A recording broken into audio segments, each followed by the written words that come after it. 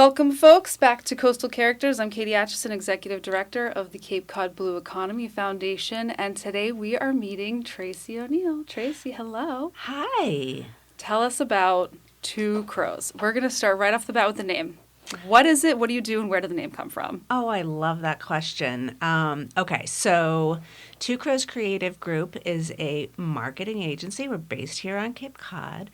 Our soul is about nonprofits. It's what we do. It's who we work with. And pretty much all of our clients fit into that category. We love working with nonprofits. So we offer all kinds of marketing, from social media management to designing new websites to public relations, event planning, kind of you name it. And Two Crows kind of has a fun little history. I just went by my name forever. I've been doing this for a long time. A whole year. Before 2000. Whoa. But when was social media born again? 2001? And you've been doing this since 2000. Yeah. Amazing. When I got out of, I did go to school for something sort of related. I went for journalism, but like they wouldn't even have had what I do then. We didn't have the internet, so yeah. I'm wicked old. Anyway, so yeah, I just been going by my name, and which at that time wasn't even O'Neill, it was Anderson, and it was kind of at the same time that I met Sylvie, who's my right-hand crow woman, who we all know and love, Sylvie Johnson, and I thought, it can't just be my name. I should have a name, and so I went through this branding exercise, which is super fun. I mean, we do it for other people, but I hadn't really done it for myself. And I'm like, okay, let's think of a good name. And I was going to do something with dance in it because I love to do that. But there were no cool names. It was all like tempo marketing, or I don't know. It was just cakewalk marketing, I think, was on the list. But nothing really spoke to me. And also just the imagery that would go with that. It was like, is it a metronome? Is it an arrow? It was like, been there, done that. So I just started looking around the house, and I have birds everywhere. Not live ones, but, Okay, you saw the question on my face of how many birds do you have that can talk? 0. But, like on pillows and little bird doorknob things. I just love the silhouette of a bird. Are you the person they based the Put a Bird on It sketch from Portlandia? No, Is but that I'm you? obsessed with that, and I wish it was. I love them so much. Okay, put a bird on it. So you put a bird on your company. I put a bird on it, and then I was like, well, just like the shape and like a black silhouette. And so, I did a little Googling and, found out that crows are probably the most intelligent birds, and we didn't want to be bird-brained. We wanted to be smart, and they're also so many other fun things. Like they're mysterious, and they're loyal, and they remember things, and they care about their community, and it was just a lot that we could kind of extrapolate from it. So that's how it happened. And they like shiny things. And they love shiny things. Yeah. We're actually Margot, one of my other crows, is brainstorming a new name for our blog, and one of them was Shiny Things. So good. Yeah. So, or something about a murder. Absolutely, because everyone knows that if you get at least 3 crows, you've got a murder on your hands. You got it. All right, so we'll get back into the marketing shtick and all of this stuff. I like to, and we don't even have to warm up, we're in it, but I like to ease people in to get to know you with a couple of different questions that are really easy. And today it's a little bit warmer. I'm feeling, what is your go-to ice cream order? Oh, I love that. That's actually a hard question because I like cooking. I do things different every single time. But I'm going to go with maple walnut. Ooh, she's a maple walnut. Cone or cup? Cone. Okay. Yeah. Beautiful. Do you ever put chocolate sprinkles on them? I would totally do that. Yeah. Okay. Yeah. I like maple walnut with chocolate sprinkles on it for some reason. It's a texture thing. Yeah. Okay. I'm with you. See, and now we know you better. Yeah. Now we really know the heart true. of you. It's true. I'm sure that says something. So as far as your career, we'll get back into that a little bit. It sounds like communication and marketing and storytelling has been a driver for you. What started that before school? Where did you find this niche and this, I know you like people, but where did this start to develop for you? When was the first time you held My First Sony and did an interview or something? What? I'm gonna say it was a combo of, even in school I always gravitated toward the English and the writing and it was school newspaper kind of stuff. But I also was in the theater and Of course. yeah. So I mean that goes back to the dancing. I never could sing, still can't, but doesn't mean I didn't. And I loved being like a character actor, and I still do in my life. I don't have that many chances to do it, but I love cracking a joke, and I love just sort of performing feels pretty natural usually. And I mean, I don't know if it was putting so much a mic in someone else's face as well as putting one on my own, but like we would put on shows for our family, and I would make my little sister rehearse with me when we went on vacation. I'm like, this tap dance is not going to learn itself, Jackie. Oh my God, Jackie, come on. I know, Jackie, come on, get with it. So she. Hi, Jackie. Hi, Jackie. Love her so much. Yeah, she put up with all of it. I mean, my family still talks about the Easter show we did in North Carolina where we skipped around and gave people Easter eggs and stuff. But we used to do Carol Burnett skits. Amazing. All of it, yeah. So, and then I think... my grades were pretty good, and I wasn't going to go into theater or anything, but I kind of wanted to perform a little. And so I went to school for broadcast journalism. And then I found out once I got there that I really liked the production end better than that. Like, I didn't really want to be a TV anchor, even though I thought maybe I did. You would be a very cute TV anchor, though. Thank you. But, at the time, in the 90s, the early 90s, I would have had to go to, like, the smallest city in Kansas or something to have gotten a job, and I didn't want to do that. Yeah, fair enough. So tell us about how you got to Cape Cod. Yeah, Match.com, I think that was the first. For real? But not with my current love. But yes, it was like, I'm going to try this online dating thing. Like, what's that about? And he lived here, and I moved here. And then that was... in the beginning of 2000, and then my son was born in 2003. I mean, we've been here ever since. I never really thought I would stay. Where did you wash ashore from? Not that far. I mean, I grew up... I was born in New York, but I grew up in Natick, Massachusetts. Okay. So, all right, so you've been a mass hole for a long time. Yeah, yep. That's the closest we'll get to swearing here, I promise, folks. Oh, that's too bad. Yeah, no, I mean, if you do, we'll beep it out. It's fine. Okay. There's no rules. We can put an explicit on it. You can go. Tracy will be doing all of her own beeps. I'm sure one of these buttons are a beep, too. But, okay, so Match.com. Yeah. You came here for love. I did. That's such a good Cape Cod thing. I to know. come here for I know. love. I mean, I didn't know about Cape Cod really. I mean, I obviously knew of it because I'm an asshole, but we didn't come here to visit in the summer like a lot of people do. We didn't have a house here, or it was just this place that it was like, yeah. I mean, there's a beach there. But that's a very Massachusetts attitude, by the way. Like, yeah, it's just another part of the state. What's the big deal? Right. And then you hear, like, I mean, it is actually so wonderful when you hear about, I think you were actually talking about this the other day, like, when you go somewhere and you hear about how people speak of Cape Cod, and it's like, oh, yeah, like, wow, we're so lucky.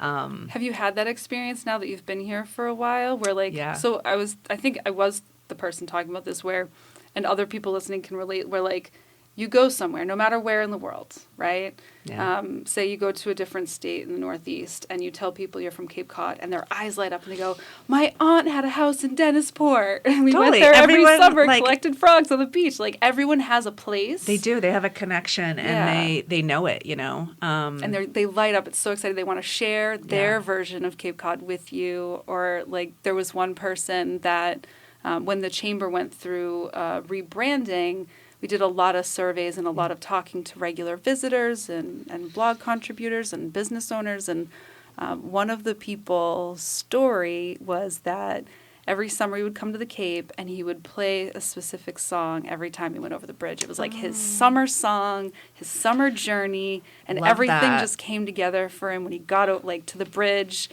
And it was that kind of thing that, like, everyone has these rituals and, like, I think for people that are from Cape Cod, the thing to think about is where did you go every summer as a kid with your family, or where do you go now with your family? Like, where's your getaway? Think about how that place makes you feel. Cape Cod makes people feel that way. It absolutely in the millions. Does. I know. It's so incredible that we live here, and I try not to forget it. I mean, I did come for love, but I put roots down, and I hear it all the time. It sounds kind of trite at this point, but it's not. Like, it's all about community here, and I've never felt a sense of community like I do here.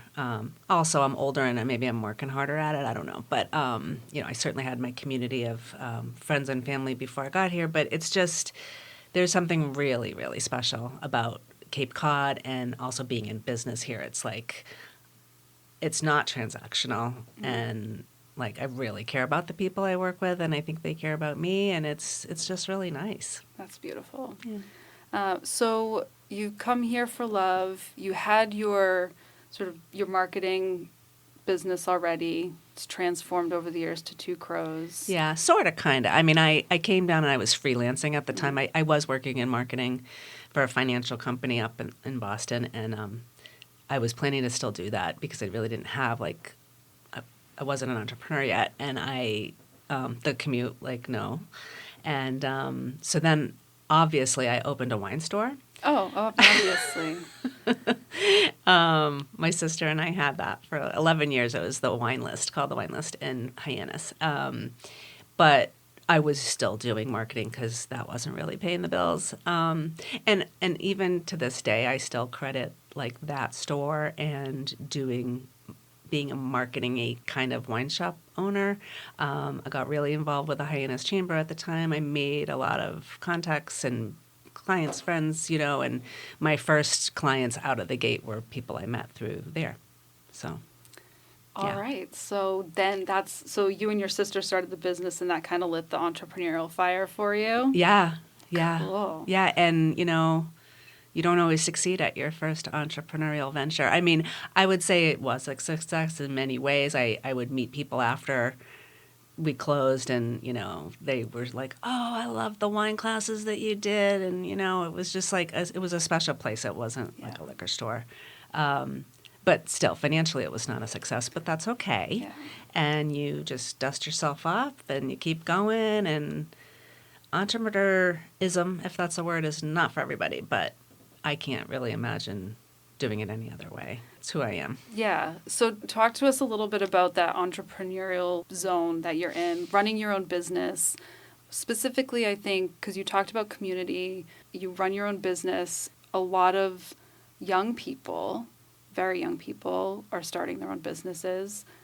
Half of the high school interns we've had in the last few years have had, like, window washing businesses or T-shirt printing businesses. They're building things from scratch. But there's also this sense of solo entrepreneur, right? There's this loneliness at the top kind of thing for these small businesses. So for you, how do you bring, and I'm not trying to lead to the peer group here, you can talk about that. I was going to bring it up. But how do you find community through the entrepreneurial sort of folks on the Cape like you, or outside of that space? You mentioned the Hyannis Chamber. Talk to, like, especially to, I think, really young people, like in high school or coming out of high school, like, how do they develop those senses of community in places where they're kind of out, like, working for themselves? Yeah, it can be lonely, both for your successes and your, struggles, because you're kind of like, you feel you're not, but you feel like you're carrying the world, like, all on your shoulders, and it can feel daunting. And, like, what if I don't do it right, and I don't have the steady paycheck to fall back on if something were to go wrong? And there's all the upsides too. But yeah, it's definitely finding those people, those groups, those spaces that you can kind of just be in. It took me a little while. I was a solopreneur for the first many, I mean, I hadn't branded as Two Crows Created, but, I'd already been doing that for 15 plus years. Now, and you had mentioned this, it's awesome entrepreneur peer group that I get to be involved in through the chamber, the Cape Cod Chamber. And it's so great because everybody in there is in that same headspace, but we're all at different places too. So, I mean, actually, I can't even believe I'm saying this, but I think I might have the most employees of anybody in there, which is like, what? I think you and the Platinum Pebble might be the two, Yeah. And I get to share some of the things I've kind of figured out about, like, payroll and, just systems and things like that. And I learn from people too, and we just kind of talk about asking hard questions sometimes of either whether they're employees or clients, or how to make sure you're charging the right amount and how to deal with renewals. And it's not super sexy, but like it's really great to be having those conversations. And I read, which means listen, because I don't really read anymore. It still counts. For Okay. the record, it I counts. love that. Audio counts as reading. Love it. Yeah, I've actually, someone just asked me this the other day, but Mike Michalowicz is an author that he's written a bunch of things, but one of them is called Clockwork, and it's like, in a nutshell, how to get your business to run by itself without you. And, there's a lot of ego sometimes, I think, with people who are entrepreneurs because they like thought of this concept and they got it off the ground, but nothing makes me happier than not having to do it. I still love to do it, but Sylvie just said, I was recently kind of out of pocket for about a week for a family issue. And she's like, you know what? Like, we miss you so much, but we did it. We didn't need you. And I'm like, and she's like, but we still love you. I'm like, don't feel bad, And I'm like, no, I feel awesome. Like, that's the best thing I could hear. Take a vacation. Yeah. What a gift. Yeah. Yeah. And I mean, I'm so, so, so lucky. I have amazing people. And they were all met, like, really organically. I think that's another thing on the Cape. Like, I didn't, say, where can I find all the marketing specialists? It was like people just learned on the job, and it's about having the right person and the right attitude much more than it is skills. I think you can learn skills. So, so far, everybody is still with me. Nobody, even though they moved to Colorado and Florida, but they still work full time. The crow flock is vast and wide and all over the place. And I think one of the things, too, that I'll add to that maybe you don't necessarily hear yourself saying is that you're also very humble. Oh. Like, you do really incredible work, and I think a lot of entrepreneurs aim to do really incredible work, but you put your crows first, which is really special. Really, really special. Well, I love them. I feel like I guess I try to be humble, but it's all of us, and like, yeah, it just makes me really happy. Like, they're great. But I also know that I'm helping them to be great. So that feels good. And yeah, I mean, and that's the kind of stuff I think you can get complete satisfaction from a job if you're working for someone, but it feels really nice when things go well and you kind of built it, Yeah, beautiful. I want to talk a little bit about the Climate Change Collaborative. Yeah. So full transparency to the listeners of Coastal Characters that know me at all or have dared to get an email from me and see my signature that's like 6 paragraphs long. I'm also the executive director of the Cape Cod Climate Change Collaborative, which we're recording this in October. It'll probably come out a little bit later than that, but recently I have somehow managed to adopt the Climate Change Collaborative, and honestly, it would be an incredible mess if it weren't for Two Crows. So the board are still engaged. We have an incredible board of directors, some really, really incredible minds and thinkers and doers. But the through line for me has been 2 things. It has been the institutional knowledge of Two Crows about the relevant regional climate change and climate mitigation initiatives across, like I said, across the whole region. Being in all of those spaces online already, I cannot imagine what your social feed, like your personal social feeds look like. It's very confused, actually. Yeah, I'm sure it's bonkers. But then also the organization that you have behind the scenes, that if I ask for how many hours have we spent together, I literally get a by-the-minute breakdown, like a clock in, clock out.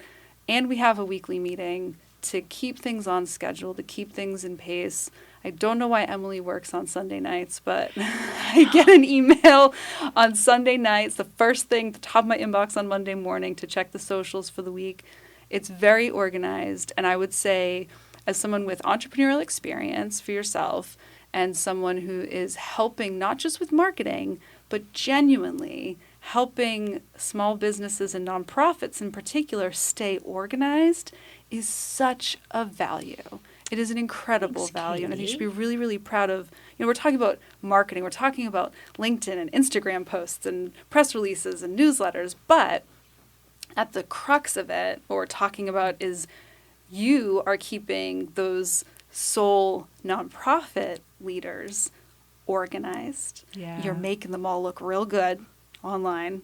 Let me tell you. Thanks, I'm girl. gonna hire you to run my personal LinkedIn page because like, whew, it's rough for me. I don't do that stuff. I don't know how you have the time to do I all you don't. do. So I just, and this is not a call to action or anything like that, but I just think it's really valuable for everyone to recognize when you're running a business that's services to other businesses and other organizations, that personality, but that organization and that knowledge of the field, you have that locked in. And that is really, really, really impressive. Oh, you're it's the really best. impressive. Thank you. You're Thank welcome to everyone who just got quoted a higher price by Two Crows because of me. But it's genuine because it's the whole package of warm, friendly, easy to talk to, great people, you're interested in people, but you are organized and you know what's going on. And that is Thanks. That's very, thank you. much. Thank you. And that's so validating because I do a little coaching actually also, not as the coach, but as the coachee with my dad over the phone. He's in Florida and it's been great. We've been doing it over a year, but there was a point maybe about 6 months ago or so, we redid our website and I was like, should we expand beyond like the nonprofit world? Because I feel like we're leaving a lot of business on the table. And we talked it through and, he's like, no. And I came to that myself too after a while. It's not that we don't have, we kind of put in, not just for show, but one of our taglines is mission-minded businesses, so we can include businesses that aren't nonprofit as long as they're nice and they help people. As long as they're friendly and nice and good and not trying to... Right. So it's like we have some wiggle room there. Amazing. But it's like, but truly, we do have that institutional knowledge and we're not specialists in any one cause, but we know... You could have fooled me. Well, we really dig in, we try to become dangerous enough, and all nonprofits are different, just like all people are different. But there are certain things that kind of run similarly that we can use some of that to just keep, doing it better. And the one thing that pretty much all our clients have in common is that they don't have enough people and they're doing a million things and they're doing great things for the community, but they don't have a marketing department. So that's what we do. So they have Two Crows. That's what they have. They have Two Crows, which is lovely. Yeah.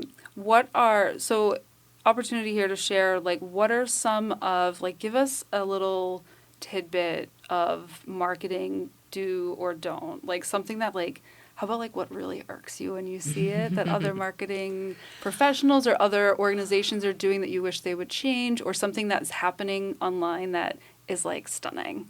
Oh, okay. Well, my pet peeves are we'll start with the negative.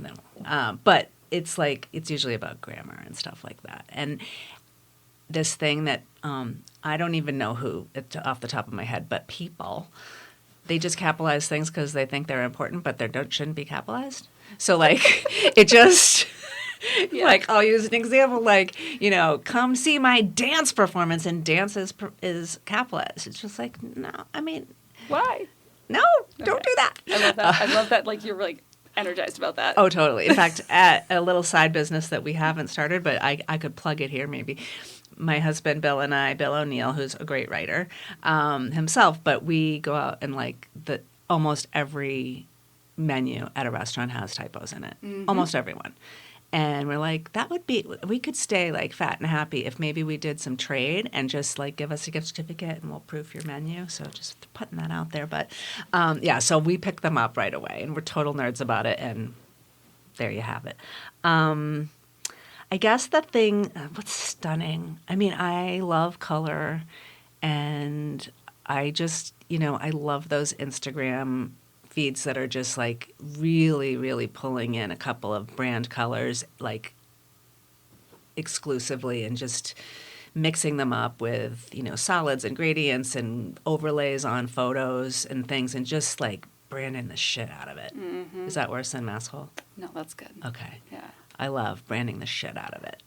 makes me so happy. I can relate to that because when you see something online where you're scrolling, or even now I've gotten in the habits where I'll go into my Explore page on Instagram and click a reel, and I'll just scroll through reels. So you're not even necessarily paying attention to who you're seeing, but you might come up across someone that you recognize because of the colors. Yeah. It's Yeah. like, it stops you in your tracks. And it's like, oh yeah, it reminds you. It's like one of the local examples that I really like is Love Live Local. Oh, they're so good. Like really quality. Like I know before I like look at any of the words that I'm looking at a Love Live Local post. 100%. And I have to say, so they're one of our clients, but we have done their socials, but Jen Villa is a rock star and she can't like not do it. So she actually does it.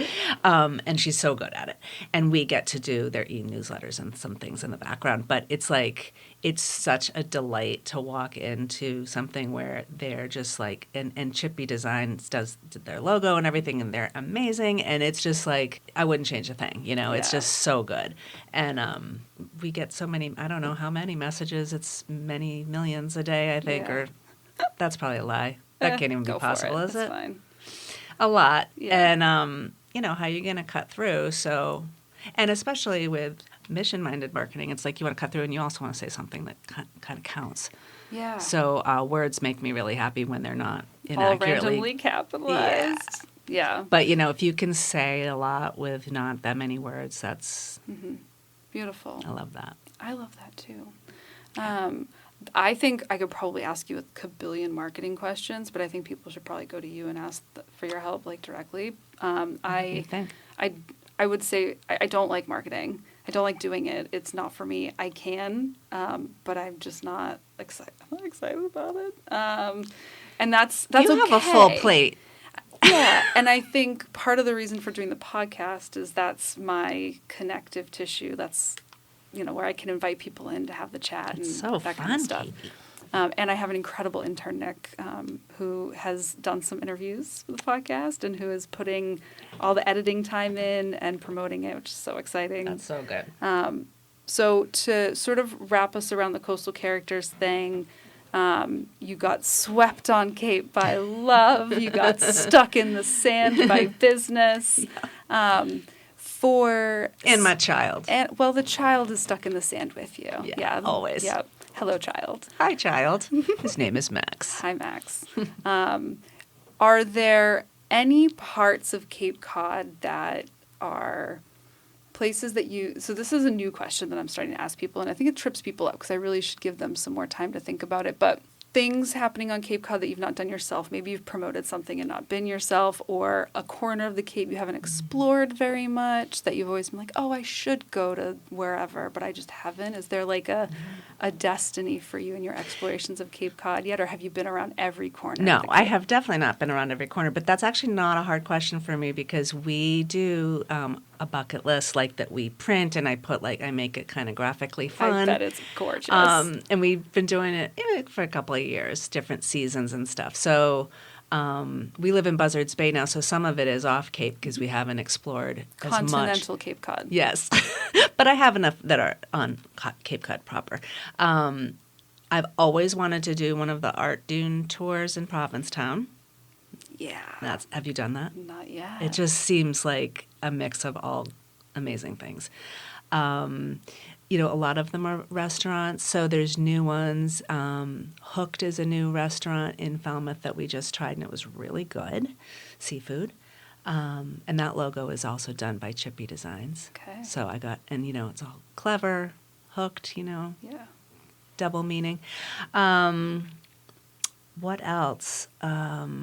This is kind of South Coast, but it sometimes is in Bourne or someplace like that.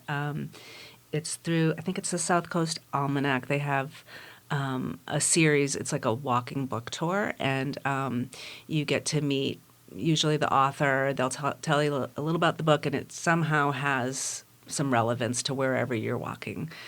So we've done them in Mattapoisett, in Bourne at Bay End Farm, and out in Little Compton. But it's just really fun, and then you get like snacks at the end. So. books and authors and walking and snacks.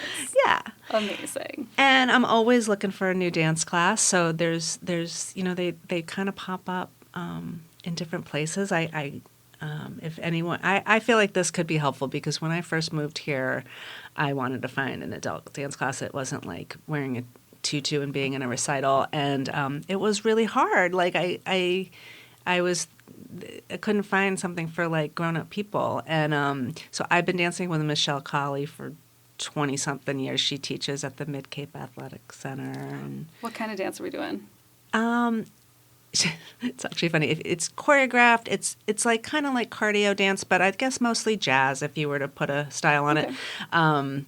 But she even has had T-shirts made up that say MTSU. So if you don't know, because it is choreographed, that's make that shit up. MTSU, baby. Just bring style. Doesn't matter. Gorgeous. Yes. And then I found a new one in Buzzards Bay as well as Studio 721 that opened right when we moved. So I felt like that was kismet. Awesome. It was awesome. Yeah. Awesome.